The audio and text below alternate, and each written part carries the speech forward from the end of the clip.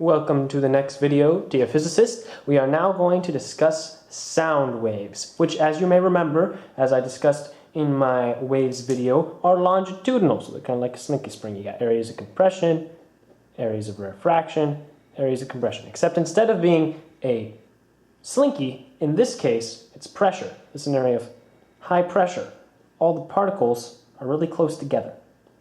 So pressure is high. In the refraction areas, the particles are more spread apart, so that's a low pressure. And that's sound wave. That is what sound is. When you speak, you cause the particles to vibrate, and when they're close together, they push the ones next to them further apart, which pushes the next ones closer together, and that creates a sound wave. Bam! Sound. Now, sound, also being a wave, applies to all those wave properties that we talked about earlier. The first one being reflection. I told you we'd be revisiting these again and again. And reflection is pretty simple. When sound reaches a wall, it reflects. And it reflects, creating what we call an echo. In fact, any wall is a very good reflector of sound. So when you're speaking in a room, as I am right now, the sound is reflected off all the surfaces, which is why sounds are typically louder inside than outside, right? How about refraction? Refraction, thankfully, with sound is not quite as complicated as it is when it comes to our two-dimensional water waves. And that is basically, in warm air and in cold air, sound travels at different speeds. It travels faster in cold air. So, in fact, if you're talking to somebody outside, they'll get two sound paths. One direct through the cold air that's faster, another one that's kind of like up through the warm air, it travels a bit slower.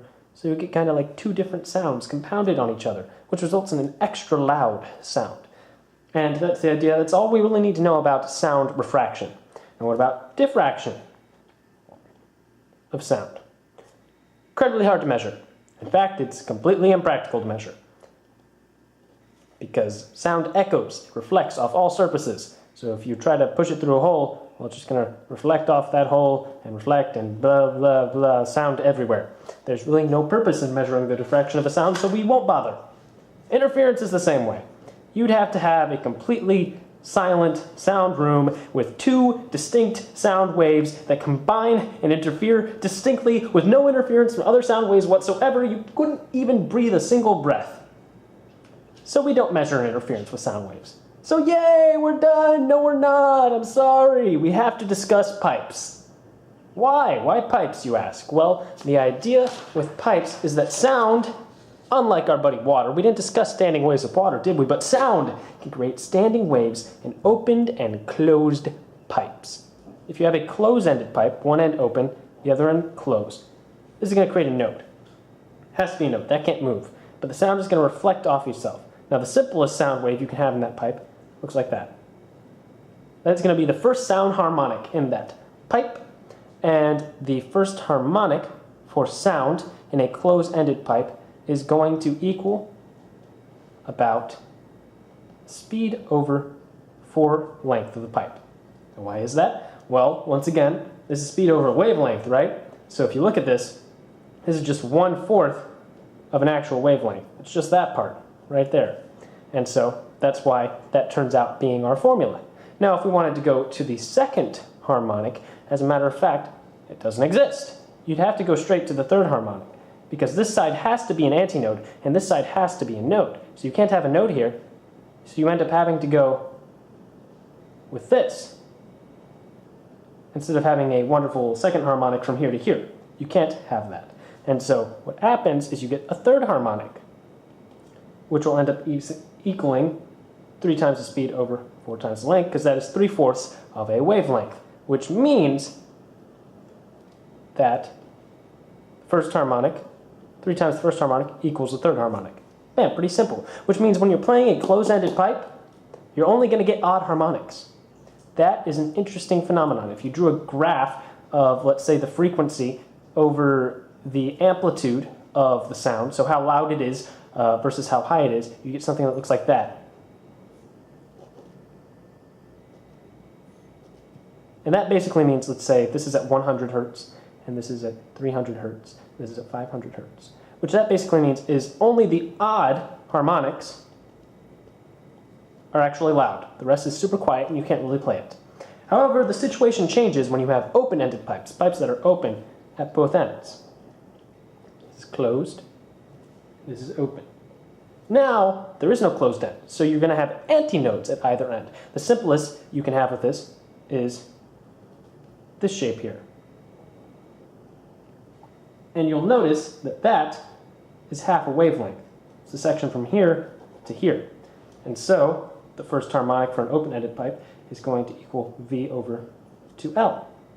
The second harmonic, well, now we can achieve all harmonics because both ends are the same. They don't have to be opposites. So the second harmonic is just going to look a little something like that.